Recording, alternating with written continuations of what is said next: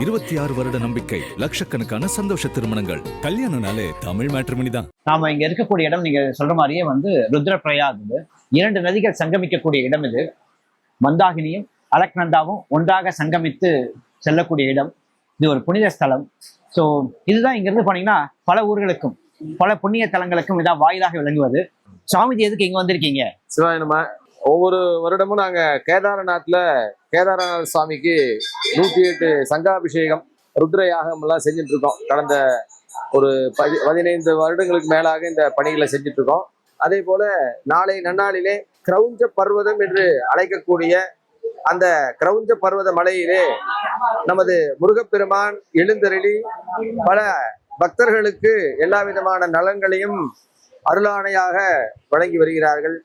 அந்த தளத்திலும் நமது உத்தரகண்ட் அரசு பெரும் முயற்சியோடு அந்த தளத்திலே நாளைய நன்னாளிலே ஸ்கந்த யாகம் என்று சொல்லக்கூடிய முருகப்பெருமானுக்குரிய யாகமும் 108 வலம்புரி சங்குகளால் முருகனுக்கு அபிஷேக ஆராதனையும், தமிழகத்தில் உள்ள அறுபடை முருகன் கோவிலிலிருந்து அந்த அறுபடை முருகனுக்கு சாற்றி வழிபாடு செய்த வஸ்திரங்கள், புஷ்பங்கள் ஆகியவைகளை கார்த்திக் சுவாமி ஆலயத்திலே சமர்ப்பித்து, திரும்பவும் கார்த்திக் சாமி ஆலயத்திலே சமர்ப்பிக்கப்பட்ட வஸ்திரங்கள், புஷ்பங்கள் அனைத்தும் அறுபடை முருகனுக்கு சமர்ப்பிக்கக்கூடிய ஒரு உன்னதமான ஒரு வரலாற்று சிறப்புமிக்க இந்த நிகழ்வினை உத்தரகாண்ட் அரசு மிக செம்மையாக செய்து வருகின்றது.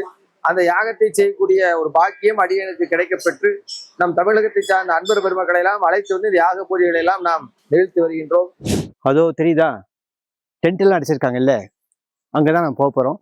அதுதான் கார்த்திக் சுவாமி டெம்பிள். நாம் வந்திருக்கக்கூடிய இடம் என்பது உத்தராகண்ட் மாநிலத்திலிருந்து ஒரு 130-140 கிலோமீட்டர் தள்ளி இருக்கக்கூடிய, இவன் 200 கிலோமீட்டர் கூட இருக்கும்னு நினைக்கிறேன், 200 கிலோமீட்டர் தள்ளி இருக்கக்கூடிய ருத்ரப்பிரயாக்லேருந்து ஒரு ஏறக்குறைய பார்த்தீங்கன்னா 30 நிமிடம் டிராவல் இது. ஸோ இங்கே அடிவாரத்துக்கு தான் வந்திருக்கோம். இந்த அடிவாரத்துலேருந்து இப்போ நம்ம மலையின் உச்சிக்கு போக போகிறோம். இந்த மலையினுடைய பேர் காஞ்ச் பர்வத் அப்படின்றாங்க. நம்ம பர்வத மலை அப்படின்னு நம்ம புரிஞ்சுக்கலாம்னு நினைக்கிறேன். அங்கே தான் நம்ம போக போகிறோம். இந்த இடம் எந்த இடம் அப்படின்னு பார்த்தோம்னா, இந்த உத்தரகண்ட் மாநிலத்தில் இருக்கக்கூடிய இந்த ருத்ரப்பிரயாகை தாண்டி 35 கிலோமீட்டர் தூரத்தில் இருக்கக்கூடிய இந்த கார்த்திக் சுவாமியினுடைய கோயில தான் இருக்கும். ஸோ நம்மளோட இந்த அறுபடை வீடுகள்ல இருந்து வந்திருக்கக்கூடிய சிவாச்சாரியர்கள் வந்திருக்காங்க. ஸோ இவங்களுடைய அனுபவங்கள் தான் அப்ப நம்ம கேட்க போறோம். ஐயா வணக்கம். வணக்கம். ஹரஹர நம பார்வதி பதையே, ஹரஹர மகாதேவா, நாடுடைய சிவனே போற்றி, வெற்றிவேல் முருகனுக்கு. நான் திருப்பரங்குன்றம் சுப்பிரமணிய சுவாமி திருக்கோயிலிருந்து வருகை புரிந்துள்ளேன். அங்கு ஸ்தானிக பற்றாக உள்ளேன். இங்கு வந்தது இந்த அனுபவம் மிகவும் அருமையாக இருந்தது. இவ்வளவு தொலை தூரம் இந்த தரிசனம் பண்ணுவது மனதிற்கு பெரும் ஆனந்தத்தை தரக்கூடியதாக இருக்கிறது. இந்த வஸ்திர சமர்ப்பணமானது பிரார்த்தனையாக இங்கே செய்யப்படுகிறது. திருப்பரங்குன்றத்தில் சுப்பிரமணிய சுவாமிக்கு சாத்தப்பட்டிருந்த வஸ்திரமானது இங்கே எடுத்து இந்த கார்த்திகேய சுவாமிக்கு சமர்ப்பணம் பண்ணப்பட்டுள்ளது. இங்கே சமர்ப்பணம் பண்ண கார்த்திகேய சுவாமிக்கு சமர்ப்பணம் செய்யப்பட்ட வஸ்திரமானது எங்களிடம் கொடுத்துள்ளார்கள். அதை நாங்கள் திருப்பரங்குன்றம் சென்று சுவாமிக்கு சமர்ப்பணம் செய்ய உள்ளோம். அதற்காக நாங்கள் இங்கே வந்தது ரொம்ப சந்தோஷமாக இருக்கிறது. வெற்றிவேல் முருகனுக்கு அரோஹரா, வீரவேல் முருகனுக்கு அரோஹரா. சர்வமங்கல ரூபாய சர்வமங்கலகாரினே, ஞானமங்கல ரூபாய ஞானஸ்கந்தாய மங்கலம். பழனி தண்டாயுவாணி சுவாமி திருக்கோயிலுடைய அர்ச்சகர். சுவாமி விக்கிரகமாக வேலோட, சேவற்கொடியோட, சிகிவாகனத்தோடு, மயிலோடு, பள்ளி தேவசான உடனமர் அப்படிதான் இருந்து பார்த்துருக்கோம். இங்கே இந்தியாக்காரமாக ஒரு அரூபமாக சுவாமி இங்கே இருக்கிறனால அதுவே பெரிய விசேஷம். அந்த விசேஷத்தில் இந்த கிரௌஞ்ச பர்வத்தில் சுவாமி இங்கே சதையும் தோளுமா இங்கே பாவிச்சிருக்கார். இந்த கிரௌஞ்ச பர்வதம் ஃபுல்லாக அப்படிங்கிறது புராணங்கள் சொல்கிறது. அதுவே பெரிய விசேஷம். வாழ்நாளில் முருக பக்தர்கள் அனைவரும் இந்த கார்த்திக் சுவாமி டெம்பிளுக்கு, இந்த கோவிலுக்கு சுவாமி தரிசனம் பண்ணிட்டு, கிரௌஞ்ச பர்வதம் என்று சொல்லக்கூடிய இந்த மலை மேல் இருந்து சுவாமி தரிசனம் பண்ணிட்டு சுவாமியோட மகிமையை தெரிஞ்சுக்கணும் அப்படிங்கிறது எல்லாத்துடைய பிரார்த்தனையும். அதுக்காக தான் இங்கே இந்த சங்க யாகம் சொல்லக்கூடிய சுப்பிரமணியருடைய யாகம், சங்கு நாள் 108 சங்கு நாள் அபிஷேகம் செய்து சுவாமிக்கு அலங்கார தீபாராதனை பூஜைகள்லாம் நிறைவுற்று அனைவருக்கும் பிரசாதம் வழங்கியுள்ளார்கள். அனைத்து முருக பக்தர்களும் எல்லாம் சந்தோஷமும் வளமும் வேண்டி சந்தோஷமாக சௌக்கியமாக இருக்கணுங்கிறது பிரார்த்தனை பண்ணிக்கிறோம். நான் திருச்செந்தூர்லேருந்து வந்திருக்கேன். என்னுடைய பேர் வெங்கடேஷ் சுப்பிரமணியன். திருச்செந்தூரில் திருச்செந்தூருக்கும் கார்த்திக் சுவாமி டெம்பிளுக்கும் ஒரு பெரிய பாண்டிங் பேட்டர்ன் வந்திருக்கு. அதுக்கு நான் ஒரு கருவியாக இருக்குங்கிறதுல ரொம்ப மகிழ்ச்சி அடைகிறேன். திருச்செந்தூரில் இறங்கி வந்து சுவாமி பார்ப்பாங்க, சுவாமி ஏற்றி விடுவார். இங்கே மிச்ச படை வீடுகள் என்ன அமைப்பு இருக்கோ அதே அமைப்பில் இருக்கார். அதை தாண்டி இங்கே முருகனுடைய அனைத்து அம்சங்களையும் நாங்கள் எங்கள் எனர்ஜி மூலமாக ட்ரான்ஸ்ஃபர் பண்ண மாதிரி ஒரு ஃபீல் பண்ணேன். 6 படை வீடுகள்லேருந்து வந்தோம், எங்களுடைய எனர்ஜி அங்கே கொடுத்து அங்கே உள்ள எனர்ஜி எடுத்துக்கிட்டோம். நார்த்துக்கு சவுத்துக்கு உண்டான பெரிய ஒரு பாண்டிங் பேட்டர்ன் இது மூலமாக கிடச்சிருக்கு. இந்த வாய்ப்பை ஏற்படுத்தி கொடுத்த ரவிசங்கர் ஐஏஎஸ்க்கு ரொம்ப தேங்க் பண்ணுறேன். ஐயா, இதில் இப்போ நம்ம பழனியில் நம்ம ஒரு ஸ்தல புராணம் சொல்லுவோம். ஏறக்குறைய அதை ஒட்டி தான் இந்த மலையில் இருக்கக்கூடிய அந்த ஸ்தல புராணமும் ஏறக்குறைய ஒரே மாதிரி தான் இருக்குது. ஸோ அப்படின்னும் போது என்னோட கனெக்ஷன் நீங்கள் எப்படி பார்க்குறீங்க? நம்ம புராணங்கள்ல கேள்விப்பட்ட விஷயங்கள், இப்ப கைலாய மலையில தான் சிவபெருமான் அவங்க குடும்பத்தோட இருக்கிறாரு அப்படின்னு சொல்லுவாங்க இல்லைங்களா. இப்ப கைலாய மலைங்கிறது இங்க இருந்து ரொம்ப பக்கம். இப்ப நம்ம திருவிளையாடற் புராணத்துல கேள்விப்பட்ட மாதிரி அவங்க உலகத்தை யார் முதல்ல சுத்தி வர்றாங்கங்கிற அந்த புராணத்துப்படி அதுக்கப்புறமா முருகன் நம்ம ஊருக்கு வந்துட்டதா ஒரு ஐதீகம். இங்க கந்த புராணத்துல என்ன சொல்றாங்க அப்படின்னா, இங்க இருக்கிற நம்பிக்கை என்னன்னா, அவர் ஒரு கடினமான தவம் புரிஞ்சதா, இந்த மலையில உட்கார்ந்து கடினமான தவம் புரிஞ்சதா ஒரு நம்பிக்கை. இங்க அவருடைய எலும்புகள் தான் நம்ம மூர்த்தியா பார்ப்போம் அப்படிங்கிற மாதிரி ஒரு நம்பிக்கை இருக்குங்க. இங்க அந்த தவம் புரிஞ்சதுக்கான முக்கிய காரணம் என்னன்னா, அந்த அவங்க அம்மா அப்பா மேல அவர் வச்சிருந்த உண்மையான பக்தி, அந்த பக்தியை அவர் இந்த தவம் மூலமா வெளிப்படுத்த முயற்சித்திருந்திருக்காரு. ஏன் அப்படின்னா, அந்த உலகத்தை சுத்தி வந்ததுக்கு அப்புறமா அவருக்கு அந்த போட்டியில உரிய மரியாதை கிடைக்கல, இல்ல இவர் மேல அவங்க ஒழுங்கான ஒரு அங்கீகாரம் கொடுக்கலங்கிற மாதிரி அவர் ஃபீல் பண்ணி இங்க கடினமான தவம் புரிஞ்சதா ஒரு நம்பிக்கை இருக்கு. ஐதீகம் இந்த மக்களுக்கு. ஆமா. அப்போ இங்க இருக்கிற கோயில்ல இந்த தவம் புரிஞ்சதுக்கு அப்புறமா அங்க சவுத் இந்தியாவுக்கு வந்ததா ஒரு நம்பிக்கை இருக்கு. இப்போ நம்ம ஊர்ல எல்லாம் பாத்தீங்கன்னா ஆக்சுவலா பிள்ளையார் என்பவர் தான் முதல் மகனாகவும், இவர் முருகர் என்பது 2வது மகனாகவும் பாவிக்கப்படுவாங்க.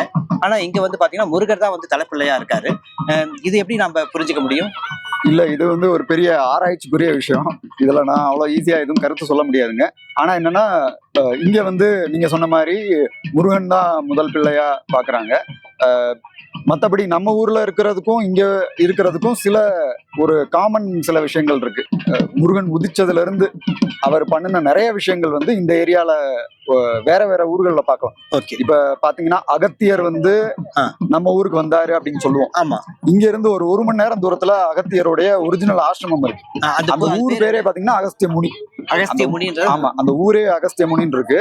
கந்த புராணத்துல எப்படி சொல்லுவாங்கன்னா, அகத்தியர் தமிழ்நாட்டை நோக்கி வரும்போது கிரௌஞ்சன் ஒரு ராட்சசன், ஒரு அரக்கன் இருந்தாராமா. அவர் நிறைய மாய சக்திகள் உடையவராமா.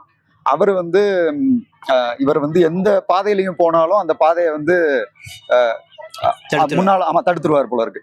இது ஒரு கட்டத்துல அவர் புரிஞ்சு அவர் சில விஷயங்கள் அவருக்கு சொல்லி, அதுக்கப்புறம் முருகன் வந்ததுக்கு அப்புறமா இவர் இந்த கிரௌஞ்சன் தான் இப்ப இந்த மலை இருக்கிறதா அப்படின்னு. ஆமா, பிரவதம். ஆமா, இது மாதிரிலாம் நிறைய விஷயங்கள் இருக்கு. இதெல்லாம் ஒரு கரெக்டா ஆராய்ச்சி பண்ணி இன்னும் ரொம்ப நிபுணர்கள் சொல்ல வேண்டிய விஷயம்.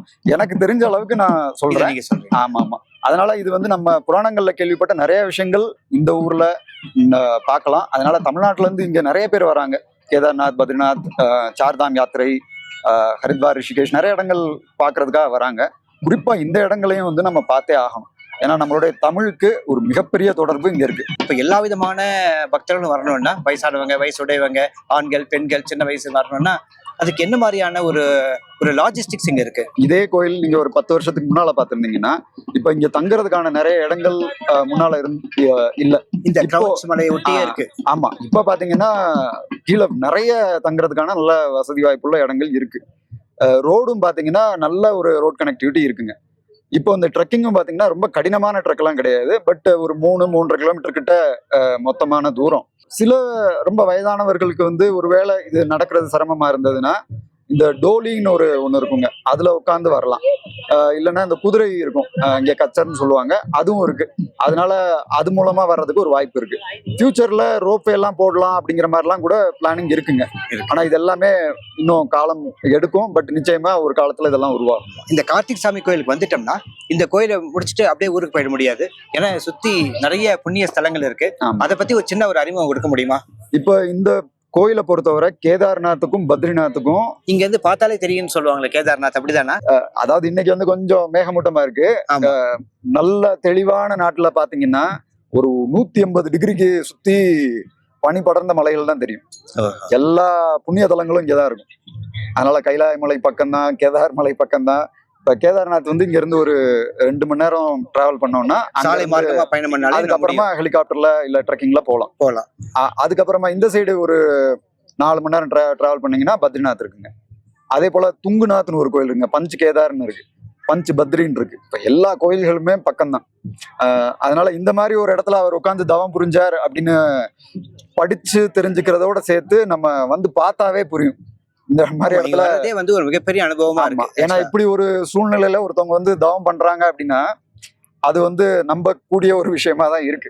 திருச்சிற்றம்பலம் செயல்பட்டழிந்தது செந்தூர் வயல் பொழில் தேங்கடம்பின் மால் பட்டழிந்தது பூங்கொடியார் வன்மனம் அவன் திருக்கை வேல் பட்டழிந்தது வேலையும் வெற்பும் சூரனும் அவன் கால் பட்டழிந்தது அயன் இங்கு என் தலைமேல் அயன் கையெழுத்தே. இன்று உத்தரகாண்ட் மாநிலத்திலே ருத்ரப்பிரயாக் அருகிலே கிரௌஞ்ச பர்வதம் என்று சொல்லப்படக்கூடிய இடத்திலே கார்த்திக் சுவாமி ஆலயத்திலே மிகச் சிறப்பாக உலக நலன் வேண்டி யாகங்களும் அபிஷேகங்களும் சிறப்பாக நடைபெற்றது. இந்த ஆலயமானது நாம் எல்லோரும் நினைத்து கொண்டிருக்கிறோம், தமிழ்நாட்டில்தான் முருகப்பெருமானுடைய அந்த சூரசம்ஹாரம் நிகழ்ந்த அதன் நிகழ்வை ஒட்டி நாம் எல்லோரும் நினைப்போம் முருகன் தமிழ் கடவுள் என்று சொல்லப்படுகிறது. ஆனால் வட மாநிலங்களிலும் முருகப்பெருமானை வணங்கிய அந்த அற்புதத்தை இங்கு வந்த பிற்பாடுதான் தெரிந்து கொள்ள இயலுகிறது. இதன் மூலமாக எப்படி காசி ராமேஸ்வரம் பாரத நாட்டினுடைய ஒற்றுமையை ஆன்மீகத்தின் மூலமாக அன்று நம்முடைய முன்னோர்கள் ஒருங்கிணைத்தார்கள், அதே போன்று இன்று இமயமலைக்கும் நம்முடைய தமிழ்நாட்டிற்கும் உடைய தொடர்பின் மூலமாக இந்த மக்களை, தமிழக மக்களுக்கும் இமயமலையில் இருக்கக்கூடிய மக்களுக்கும் ஒரு ஒற்றுமையை இந்த கார்த்திக் சுவாமி ஆலயத்தின் மூலமாக அற்புதமாக ஒரு தொடர்பு ஏற்படுத்தப்பட்டிருக்கிறது என்றால், வருடந்தோறும் இந்த ஆலயத்தினுடைய சிறப்பு பூஜைகளை எல்லாம் நம்முடைய தமிழ்நாட்டிலிருந்து வருகை தந்திருக்கக்கூடிய அவினாசி சிவஸ்ரீ ஆரூரன் சுப்பிரமணியன் சிவாச்சாரியார்கள் மிக சிறப்பாக பூஜைகளை செய்து வருகிறார்கள்.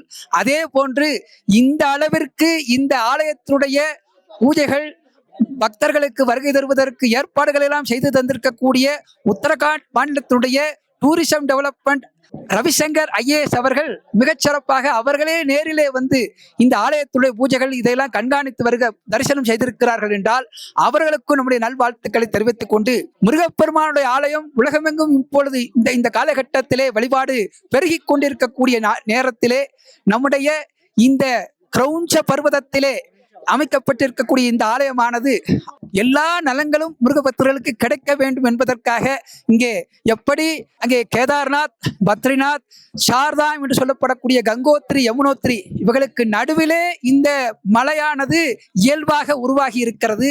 இங்கேதான் முருகப்பெருமான் தவம் செய்ததாகவும் சொல்லப்படுகிறது என்றால், இங்கே வந்து வழிபட்டால் எல்லா நலன்களும் கிடைக்கும். அதிலும் குறிப்பாக முருக பக்தர்களுக்கு வாழ்க்கையிலே எப்பொழுதும் வெற்றிதான். அந்த வகையிலே குன்றிருக்கும் இடமெல்லாம் குமரன் இருக்கும் இடம், இது தமிழ் பழமொழி. ஆக உயர்ந்த இடமாக இந்த இடம் இருக்கிறதை பார்க்கிறோம். சுற்றிலும் மலைகளும் மரங்களும் இயற்கை சூழ்நிலைகளும் அமைந்திருக்கக்கூடிய இந்த ஆலயத்திற்கு பெருமளவிலே இன்றைக்கு தமிழ்நாட்டிலிருந்து பக்தர்கள்லாம் வருகை தந்திருக்கிறார்கள் என்றால், இது நமக்கு பாரத தேசத்துடைய ஒரு ஒற்றுமையை வலியுறுத்துவதாக இந்த பூஜை அமைந்திருக்கிறது. நம்முடைய பாரத தேசம் வல்லரசாக திகழ்வதற்கும் இந்த பூஜையின் மூலமாக பிரார்த்தனை செய்து கொண்டோம் என்று தெரிவித்துக் கொள்கிறோம். சக்தி விடனை சார்ந்த யூடியூப் அன்பர்கள் அத்துணை பேருக்கும் நம்முடைய ஆசிகளையும் தெரிவித்துக் கொள்கிறோம். திருச்சிற்றம்பலம். 26 வருட நம்பிக்கை, லட்சக்கணக்கான சந்தோஷ திருமணங்கள். கல்யாணம்னாலே தமிழ் மேட்ரிமோனி தான்.